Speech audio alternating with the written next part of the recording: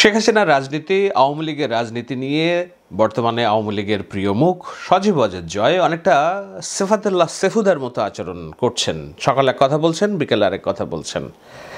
সর্বশেষ আমি গত দুটি ভিডিও আলোচনা করেছি। প্রথম ভিডিও ছিল যে শেখ হাসিনা আর কিংবা শেখ পরিবারের কেউ আর আওয়ামী লীগের রাজনীতিতে থাকছেন না।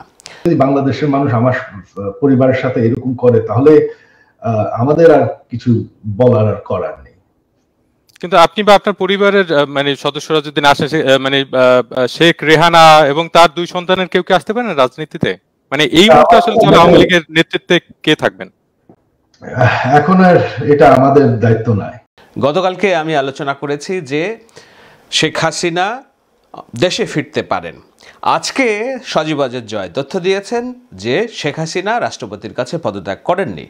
সংবিধান অনুযায়ী তিনি এখনও বাংলাদেশের প্রধানমন্ত্রী এবং বর্তমান সংবিধান প্রচলিত থাকলে লিগ্যালি আইনগতভাবে এটি চ্যালেঞ্জ করা সম্ভব। সরকার পতন করে নতুন সরকার আসার সাংবিধানিক অনুযায়ী শুধুমাত্র একটি উপায় আছে, সেটা হচ্ছে নির্বাচন।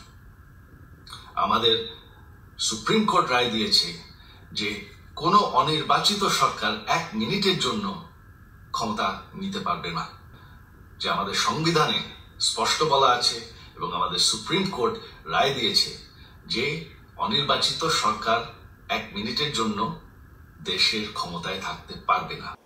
এমন হতে পারে শেখ হাসিনা ভারতে বসে প্রবাসী সরকার গঠন করতে পারেন বলে আমার শঙ্কা। এটি সজীব ওয়াজেদ জয় বলেননি, কিন্তু তার এই বক্তব্যের মধ্য দিয়ে যেগুলো শঙ্কা বেরিয়ে আসছে সেটা হলো যে তিনি যদি বলেন যে না, তিনি গভর্নমেন্ট ইন এক্সাইল অর্থাৎ প্রবাসী সরকার এবং বর্তমান সংসদ সদস্যের যারা ছিলেন, যদিও রাষ্ট্রপতি সংসদ ভেঙে দিয়েছেন, তারপরেও যদি তিনি পদত্যাগপত্র না জমা দিয়ে থাকেন তাহলে এমন করার সম্ভাবনা ঝুঁকি আছে কিনা, থাকলে কতটুকু সেইটার এফেক্ট করতে পারে, আর যদি নাই থাকে তাহলে আওয়ামী লীগ শেখ হাসিনা কেন এমন করছে কিংবা এই ধরনের কথাবার্তা কেন বাজারে ছাড়ছে, সকালে এক কথা বিকালে এক কথা, এবং বাংলাদেশের মানুষকে বিভ্রান্ত করছে এবং একই সাথে আওয়ামী লীগের নেতাকর্মীদের কেন বিভ্রান্ত করছে, সেটি নিয়েই আজকে শাহেদ আলম শোতে আলোচনা। দেখুন, এটি একটি বাস্তবতা যে শেখ হাসিনা স্বৈরশাসক। শেখ হাসিনার হাতে অন্তত 1.5 থেকে 2,000 ছাত্র এবং জনতার হত্যাকাণ্ডের রক্তের দাগ, এর সব কিছু ওয়েল ডকুমেন্টেড, সব কিছুই ভিডিও, ফটো, ফুটেজ দ্বারা প্রমাণিত। এটাও প্রমাণিত যে শেখ হাসিনা তীব্র গণ আন্দোলনের মুখে দেশ ছাড়তে বাধ্য হয়েছেন। কোথায় গিয়েছেন? আর কোথাও না। যেখান থেকে তার দেশ পরিচালনার প্রেসক্রিপশন আসতো সেই দিল্লিতে তিনি আছেন। দিল্লির ঘসেটি বেগমের মতো তিনি সেখান থেকে নিজে কিছু বলছেন না, কিন্তু তার পুত্র সজীব ওয়াজেদ জয় বাংলাদেশের রাজনীতি উত্তপ্ত করার জন্য প্রথমভাবে যেভাবে তিনি চেষ্টা করেছেন তারই ধারাবাহিকতায় আজকে নতুন তথ্য দিয়ে বলছেন যে শেখ হাসিনা তিনি পদত্যাগ করেননি। অথচ আমরা জানি রাষ্ট্রপতির কাছে তিনি পদত্যাগপত্র জমা দিয়েছেন। সেই পদত্যাগপত্র বর্তমানের প্রধান উপদেষ্টা নিজে স্বচক্ষে দেখেছেন কিনা, 3 বাহিনীর প্রধান স্বচক্ষে দেখেছেন কিনা, এই সমস্ত বিষয়গুলি অস্পষ্ট। আশা করি যে এটির উন্মোচন হবে 2-1 দিনের মধ্যেই, এবং 2-1 দিনের মধ্যে কেন, আজকেই এটার উন্মোচন হওয়া উচিত। সেনাপ্রধানের ব্যাখ্যা দেওয়া উচিত, রাষ্ট্রপতির ব্যাখ্যা দেওয়া উচিত, এবং শেখ হাসিনার পদত্যাগপত্র যদি থাকে সেই পদত্যাগপত্র অবিলম্বে জনসমক্ষে প্রকাশ করা উচিত, যেন আওয়ামী লীগ যে মিথ্যার রাজনীতি করছে সেটি প্রমাণ করা যায়। দেখুন, প্রথমত তারা বলার চেষ্টা করেছে যে শেখ হাসিনার পতন হলে বাংলাদেশের লক্ষ লক্ষ হিন্দু মারা যাবে। যেই হিন্দু কার্ড একমাত্র রাজনৈতিকভাবে ব্যবহার করে বাংলাদেশে আওয়ামী লীগ। এই ছাত্র আন্দোলনে শহীদ দীপ্ত সহ অন্তত 5 থেকে 7 জন ছাত্র জনতা, হিন্দু ছাত্র জনতা নিহত হয়েছে শেখ হাসিনার পতনের জন্য আন্দোলন করতে যেয়ে। এই ছবিটি দেখুন, একজন মা শাখা সিঁদুর পরে এসেছেন তার উন্মত্ত বিপ্লবী ছাত্রকে রক্ষা না করতে পেরে, যে আমার ছেলে তো ঘরের বাইরে চলে এসেছে, তাকে আমার রক্ষা করার দরকার, সে শাখা সিঁদুর পরে এসেছে। আমরা ক্ষমতার অব্যাহতি পরে দেখলাম কি পাড়ায় মহল্লায় নানান জায়গায় হিন্দু নির্যাতন বলে আগের বছরের পর বছর আগের ভিডিওগুলো ক্লিপ করে নিয়ে সংঘবদ্ধভাবে প্রচারণা করলো, যার প্রমাণ দিয়েছে আল জাজিরা। আজকে তাদের একটা ইনভেস্টিগেশন রিপোর্টে তারা বলেছে পুরো ঘটনায় বাংলাদেশে 2 জন হিন্দুর মৃত্যুর ঘটনা তারা অনুসন্ধান করে বের করেছেন। একজন হিন্দু পুলিশ অফিসার, আরেকজন কোনো একটা এলাকার স্থানীয় হিন্দুর নেতা যিনি আওয়ামী লীগের রাজনীতির সাথে করতেন। এখন আওয়ামী লীগের সাথে রাজনীতি করতেন এমন কতজন নিহত হয়েছেন গণরোষে? সংখ্যাটা আপনারা বলতে পারবেন? তারা কি দেখে দেখে মেরেছে যে কে হিন্দু কে আওয়ামী লীগ, না সে আওয়ামী লীগ হিসেবে নির্যাতন করেছে বলে তাদের এই রোশনালে পড়তে হয়েছে? দেখুন, আমি সব রকম হত্যাকাণ্ডের বিরোধী, সব রকম অনাচারের বিরোধী, কিন্তু বিপ্লব কোনো আইন মানে না, বিপ্লব কোনো ধর্ম মানে না। বিপ্লবের একটা অব্যাহতি বহিঃপ্রকাশ আছে। আমি এর আগে বহুত আলোচনায় বলেছি, এগুলো হচ্ছে সারপ্লাস রিপ্রেশন থিওরি। আপনি যদি একটি বন্ধ গ্লাসের মধ্যে পানি ঢালতে থাকেন, এই গ্লাসের যতটুকু ধারণ ক্ষমতা আছে ওই পানি তখন ততটুকু নাই, কিন্তু ধারণ ক্ষমতার বাইরে যখন চলে যায় সেটি তখন উপচে পড়তে থাকে। এটাকে বলে সারপ্লাস রিপ্রেশন। বাংলাদেশে গত 15টি বছর যেই ধরনের আওয়ামী লীগ অত্যাচার নির্যাতন করেছে, একদলীয় শাসন ব্যবস্থা কায়েম করেছে, বিচারের নামে প্রহসন করেছে, সবাইকে রাজনৈতিকভাবে রাজাকার জামাত শিবির ট্যাগ দিয়ে যেই ধরনের মানবিক একটা বর্বর শাসন ব্যবস্থা তৈরি করেছে, সেটির একটা ধারণ ক্ষমতা যখন মানুষ এই ধারণ ক্ষমতাটা নিতে পারেনি, তখন এটা বাস্ট করেছে, আউটবাস্ট করেছে, গ্লাসের পানির মতো ছড়িয়ে পড়েছে। এখন গ্লাসের পানি যখন ছড়িয়ে পড়ে, আপনি কি পানিকে বলতে পারেন এই পানি তুমি টেবিলের ওপরে যে খাতাপত্র আছে সেটাকে ভিজিও না? বলতে পারেন কি না? না, পানি তার যে স্বাভাবিক গতি সেটি পড়বে। বিপ্লবের অব্যাহতি পরে, এই নির্যাতন জুলুমের পরে যে রাগ ক্ষোভ, সেই রাগ ক্ষোভ আমরা দেখেছি এরকম ক্ষোভ উতলে পড়েছে, এবং সেই উতলে পড়া থেকে যেসব ঘটনা ঘটেছে, যার মধ্যে কিছু জিনিস দুঃখজনক এবং এগুলাকে আপনাকে নিন্দা করতেই হবে। ধানমন্ডির 32 নম্বর আগুন দিয়ে জ্বালানো ঠিক হয় নাই। আপনি বঙ্গবন্ধুর ভাস্কর্য প্রত্যেকটা জেলায় জেলায় যেভাবে আছে, আমি সব জায়গায় তার ভাস্কর্য রাখার পক্ষপাতী নই, কিন্তু তিনি এই বাংলাদেশের জন্য যুদ্ধ করেছেন, কিছু জায়গায় অন্তত তাকে সমীহ করা দরকার ছিল। কিন্তু ওই যে বললাম, যখন টেবিল গ্লাস যখন পানি উপচিয়ে পড়ে, তখন গ্লাসের পানি মানে না যে টেবিলের ওপর থাকা খাতা কলম ভিজবে কিনা, আমি নিষেধ করলেও এটা মানবে না, এটা তার সহজাত প্রবৃত্তিতে সেটা পানি গড়াবে। বিপ্লবের অব্যাহতি পরে মানুষের ক্ষোভ ক্রোধ অব্যাহতভাবেই এটার বহিঃপ্রকাশ পাবে। আমরা যদি কোনোদিন সুযোগ পাই এই বাংলাদেশে, আমরা ইতিহাসের যেসব অবিচ্ছেদ্য অংশ সেগুলোকে আমরা রেস্টোর করার চেষ্টা করব। কিন্তু আপাতত যেই শঙ্কা করা হচ্ছিল যে এই ক্ষোভে ব্যাপক সনাতন এবং ধর্ম অন্যান্য সংখ্যালঘু নির্যাতিত হবে, সেটা হয়নি বলে বলছে আল জাজিরার ইনভেস্টিগেশনস ইউনিট। কিন্তু ভারতের যেসব দালাল মিডিয়া আছে, ভারতের যেসব আরএসএস মোদির সমর্থিত গণমাধ্যম আছে, তারা রীতিমতো যুদ্ধ করছে। একটি ভিডিও দেখুন কিভাবে বলছে এই জোকার উপস্থাপক যে এটি কোনোভাবেই বিপ্লব না, এটি ধ্বংস। আবারও বলছি, এটা ছাত্র আন্দোলন নয়, এটা স্বাধীনতা আন্দোলন নয়, এটা বিপ্লব নয়। কলকাতার কিছু বুদ্ধিজীবী তারা হয়তো ও বাগু কি সুন্দর বিপ্লব হচ্ছে বলতে পারেন, কিন্তু এ সমস্ত কিছু নয়, হক বিতর্ক। এবং সবচেয়ে ভয়ঙ্কর বিষয়, এই মুহূর্তে যে ব্রেকিং নিউজ এসেছে দেখাবো। এই মুহূর্তে যে ব্রেকিং নিউজ এসেছে, সেই ব্রেকিং নিউজ বড় খবর এই মুহূর্তে। এই সেনাবাহিনী, এই বাংলাদেশের সেনাবাহিনীর দখলে যে বাংলাদেশ মুজিবের মূর্তি ভাঙছে সেনাবাহিনী, ভয়ঙ্কর। উত্তেজিত জনতাকে শান্ত করতে মূর্তিতে আঘাত করছে, কোথায় গুলি মারবে দেখুন অবস্থা। তো এই মুহূর্তে আপনি নিশ্চয়ই দেখেছেন এই ভিডিও। এটা দেখে কলকাতার পুলিশ তাদের ভেরিফাইড ফেসবুক থেকে বিবৃতি দিতে বাধ্য হয়েছে যে কিছু কিছু টেলিভিশন মিডিয়া এমনভাবে সংবাদ উপস্থাপনা করছেন যেটা উগ্র সাম্প্রদায়িক সহিংসতা ছড়ানোর নামান্তর, সাবধান হয়ে যাওয়ার জন্য বলেছেন।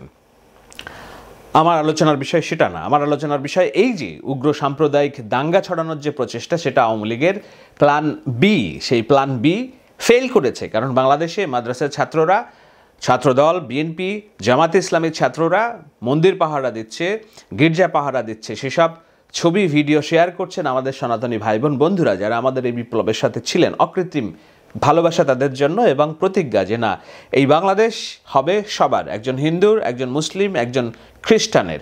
এই বাংলাদেশে একজন শাখা সিঁদুর পরে যেভাবে স্বাধীনভাবে ঘুরতে পারবেন, একজন নারী বোরখা পরেও যেন তার স্বাধীনতা অটুট থাকে, একইভাবে বিশ্ববিদ্যালয়ের একজন শিক্ষার্থী যেন জিন্স গেঞ্জি পরেও থাকে, কোনোদিন যেন তার প্রতি অনাচার না হয়, এমন বাংলাদেশে আমরা স্বপ্ন দেখি। স্থানীয়ভাবে নির্যাতন না হলেও এটা বহির্বিশ্বে এমনভাবে প্রচার করা হচ্ছে যেন বাংলাদেশে এমন একটা ম্যাসাকার হয়েছে এবং এখানে হিন্দুদের জীবন নিরাপদ না। সব কিছু মিলিয়ে রাজনৈতিক এটা ভিকটিম কার্ড প্লে করার চেষ্টা করছে আওয়ামী লীগ, এটাও ফেল করবে আমি নিশ্চিতভাবে আমি জানি। তৃতীয় কার্ড কি, প্ল্যান সি, সেটা হলো বিচার বিভাগকে দিয়ে কু করা এবং যারা শেখ হাসিনার মদতপৃষ্ট ব্যক্তি যেমন রাষ্ট্রপতি চুপ্প আছেন, প্রধান বিচারপতি হাসান, এনায়েতুর রহিম সহ অন্যান্য যেসব দলীয় অন্ধ বিচারপতি আছেন সুপ্রিম কোর্টে, তাদেরকে দিয়ে তারা চেষ্টা করছে একটা বিচারিক কু তৈরি করার জন্য। সেই কু তৈরি করার প্লট হিসেবে সজীবাজের জয় তথ্য দিচ্ছেন, বলছেন যে তার মা আনুষ্ঠানিকভাবে এখনও রিজাইন করেন নাই এবং সংবিধান মানলে তিনি বাংলাদেশের প্রধানমন্ত্রী। এটা আইনগতভাবে চ্যালেঞ্জ সম্ভব। বাংলাদেশের মানুষ কি এতই বোকা? বাংলাদেশের মানুষ কি এতই দুর্বল? বাংলাদেশের মানুষ কি এতই খোকাবাবু যে তারা এই রাজনৈতিক মারপ্যাচ বুঝেন না, চাল বুঝেন না?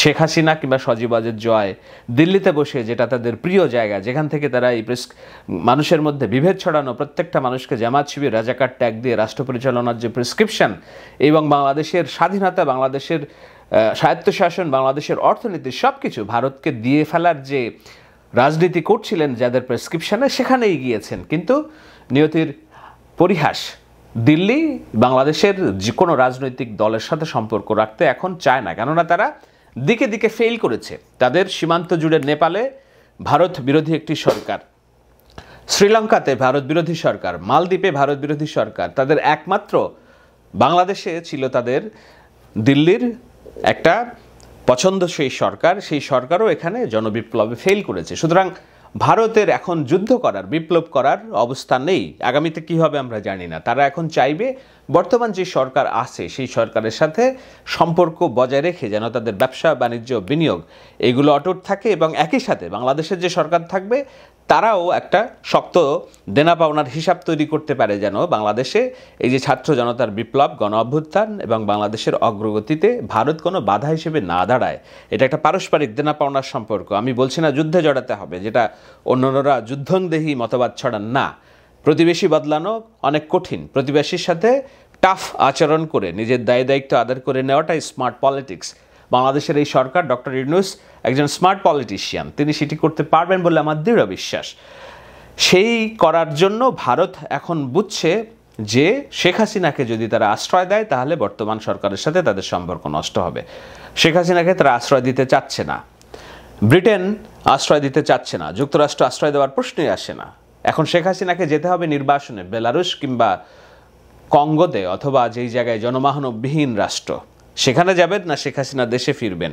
এজন্যই রাজনীতিতে ফায়দা আদায় করার যে চেষ্টা, সেই চেষ্টায় মরিয়া হয়ে উঠেছে আওয়ামী লীগ। এখন নানান রকম কনস্পিরেসি থিওরি তৈরি করছে বিচার বিভাগ এবং অধীনস্থ প্রধান বিচারপতি, অন্যান্য বিচারপতি, সেনাপ্রধান, এদেরকে দিয়ে একটা পাল্টা প্রতিবিপ্লব তৈরি করার চেষ্টা করছেন। আর এরই মধ্যে তো হিন্দু কার্ড নির্যাতনের কার্ড প্লে করার জন্য মাঠে কিছু মানুষ নেমেই গিয়েছে।